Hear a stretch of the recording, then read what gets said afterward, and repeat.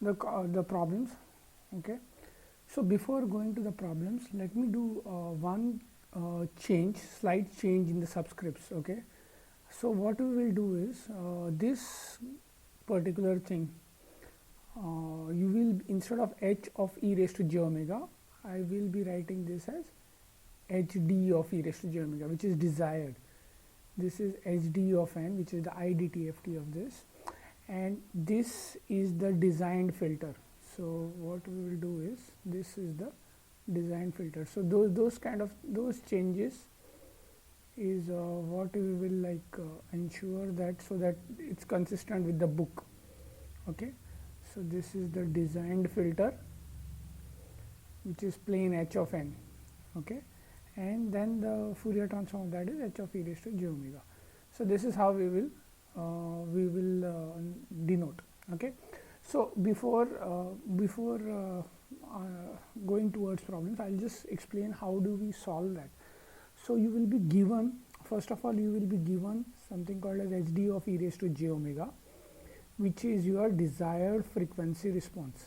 This is your desired frequency response. It can be a low pass filter or it can be a high pass filter. Okay, this desired frequency response will be given. This frequency response is nothing but the Fourier transform of the impulse response of the filter. Okay, so then we take a idtft, I discrete time Fourier transform of hd of e raised to j omega, which is inverse dtft. Okay, the formula is 1 upon 2 pi over 2 pi period any h of hd of e raised to j omega into e raised to j omega n d omega. So this will give me hd of n. This formula will give me hd of n. This is the impulse response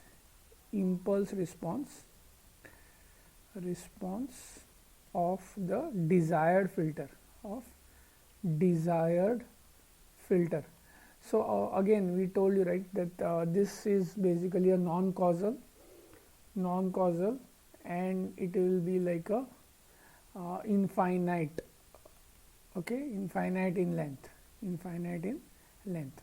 So then this is of no use for us. So what we do is, we use a window function w of n, which can be any of these windows, the rectangular, it can be a Hamming, it can be a Hanning, and it can be a Blackman.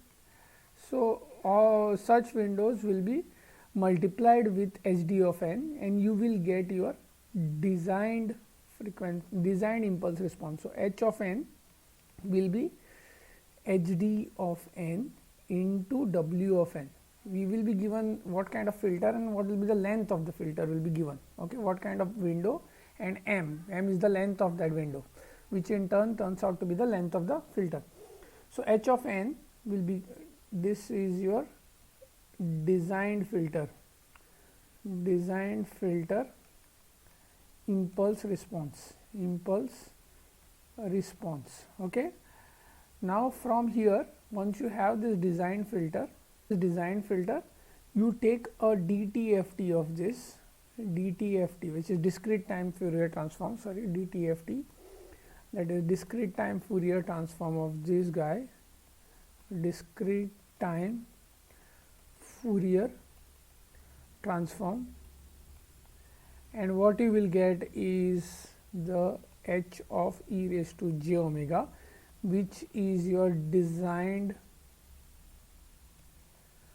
filter frequency response.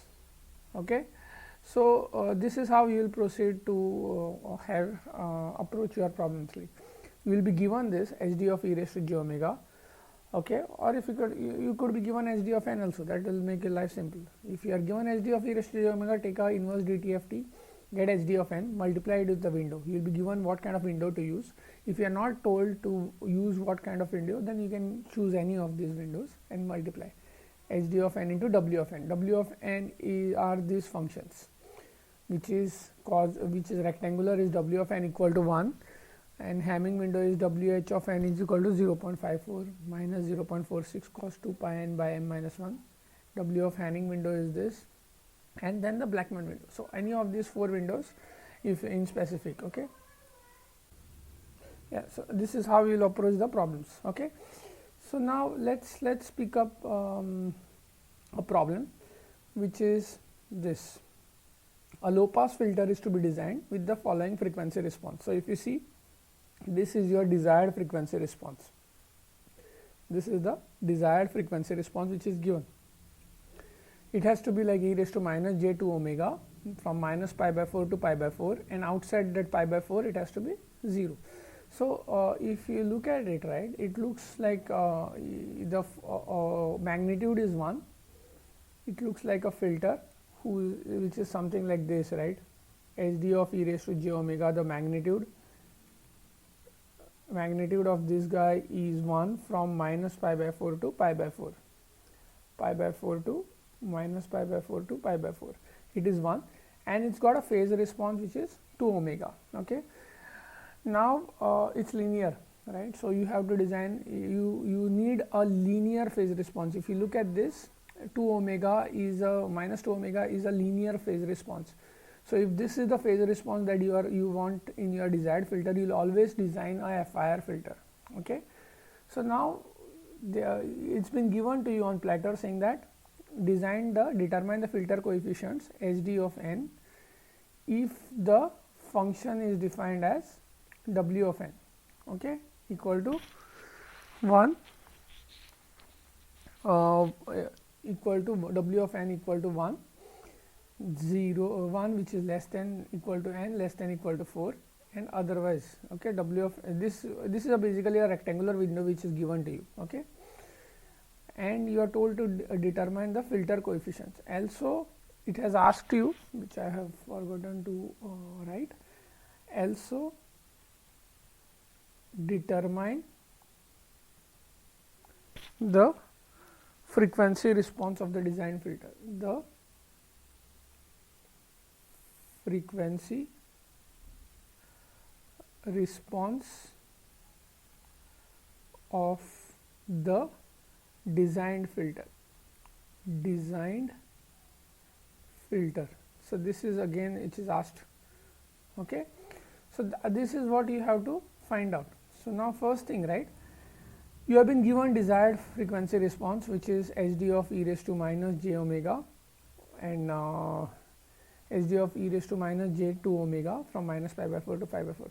So what I will do is I will be taking the IDTFT of this particular guy, which is this frequency response, and I will get Hd of n, which is your filter coefficients, the desired filter coefficients. Okay, 1 upon 2 pi minus pi to pi Hd of e raised to j omega into e raised to j omega and d omega. So if I solve this, 1 upon 2 pi e raised to minus j 2 omega from minus pi by 4 to pi by 4 into e raised to j omega and d omega. Solving this further, from minus pi by 4 to pi by 4, I combine this e raised to j omega n minus 2 d omega. So 1 upon 2 pi e raised to j omega n minus 2 upon j n minus 2 is the integral of this particular function. Then what I do is I will be using the Euler's identity, that is e raised to j omega. Let me just see this first. Yeah, so then this one e raised to j omega, I have to substitute minus pi by 4 and plus pi by 4. So that is what I am doing here. E raised to j pi by 4 n minus 2 minus e raised to minus j pi by 4 n minus 2 upon 2j n minus 2. This 2 I am getting it inside. I am getting it inside here, this guy. This is the 2 which was outside, 2 into pi. Now I am using a Euler's identity, that is e raised to j omega, e raised to j pi by 4 n minus 2 minus e raised to minus j pi by 4 n minus 2 upon 2j. This turns out to be sine of pi by 4 n minus 2, right? This is what it turns out to be. So this is what I get, and the remaining, which is pi, remaining denominator values which are there, which is pi into n minus 2. So this is the desired impulse response. This is the desired impulse response. See, this is still non-causal. This is still, if you see this, right, this is still non-causal because it's like a sinc function, right? It's a sinc function, similar to sinc function. If I do pi by 4 and multiply by 4, so what I'll get is 1 by 4 into sinc of pi by 4 n minus 2, right? So it's still a sinc function, and it's from minus infinity to infinity, which is non-causal, and it is infinite. It's infinite, okay, infinite length. Now I got to limit this, truncate this to only 5 coefficients, and I have been told that use a rectangular window. I'm being told use a rectangular window of 5, length 5. So how do I limit it? Is h of n will be equal to hd of n into w of n. Okay, h of n is equal to hd of n into w of n. So now this, if I now solve this, let me just find out. So what is happening is you are getting hd of n, which is looking something like this, right? So this one is something like this you will be getting. Okay, so this is what you are getting.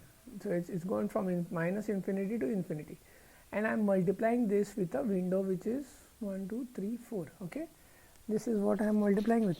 So now what you should be getting here is this is what you are getting.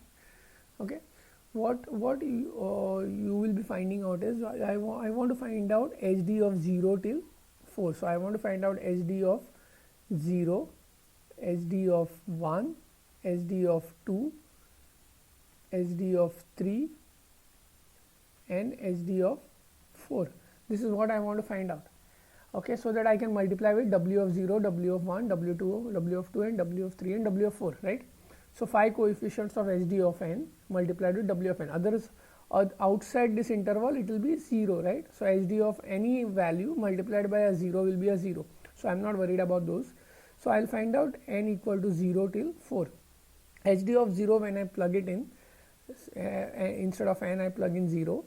So I get sine of pi by 4 0 minus 2 upon pi into 0 minus 2, which is sine of pi by 2 upon minus 2 pi. So 1 upon 2 pi is what I get.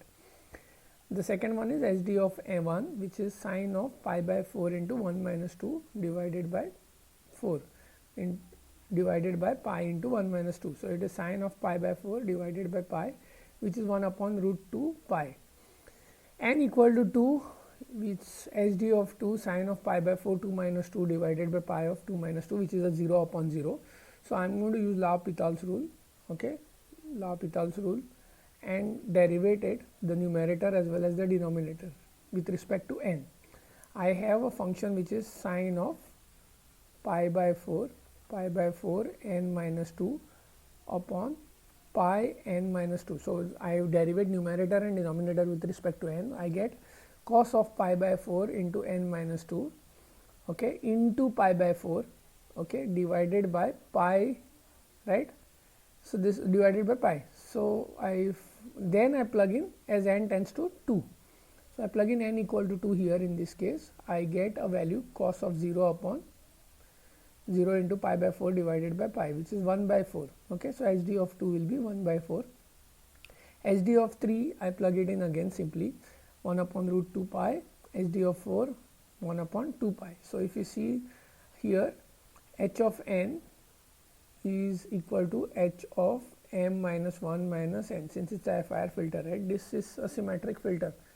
What I am getting is a symmetric filter, because my h of 0 here, h of 0 is equal to h of 4, m minus 1, m is 5. Okay, h of 1 is equal to h of 3, and h of 2 does not have any pairing, so it is exclusive, right? So that is 1 by 4. So this I have already with me.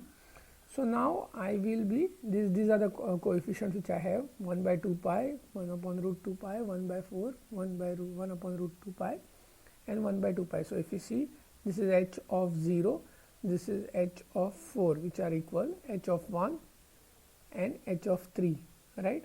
So now I have been asked to find out the frequency response of the design filter, which is h of e raised to j omega equal to n equal summation n equal to h of e raised to j omega is basically equal to n from minus infinity to infinity summation h of n e raised to minus j omega n, but h of n exists only from 0 to 4, okay, 0 to m minus 1. So I expand this, I get h of 0 into plus h of 1 into e raised to minus j omega plus h of 2 into e raised to minus j 2 omega and so on.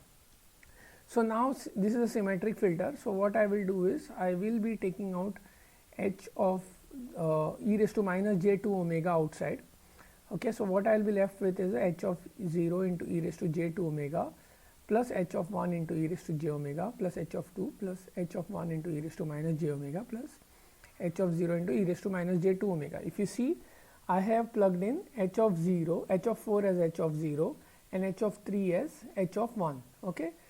So now factorizing this further and getting the Euler's identity, I get this value, which is e raised to j 2 omega. I club it together, divide by 2 into 2, h of 1 e raised to j 2 omega, h of j omega, I club it together, divide by 2 multiplied by 2, and h of 2 divided by 2, I get it 2 outside. So this is what I have got now. So if you look at it, this turns out to be e raised to minus j omega into 1 by 4, okay, plus cos of omega upon pi. I get this 2 inside, that's why, plus 2 inside, so root 2 upon pi cos of 2 omega. This is what I get. So if you look at it closely, right, we had started off with like to design a filter which was supposed to be this is e raised to just 1 to minus j 2 omega.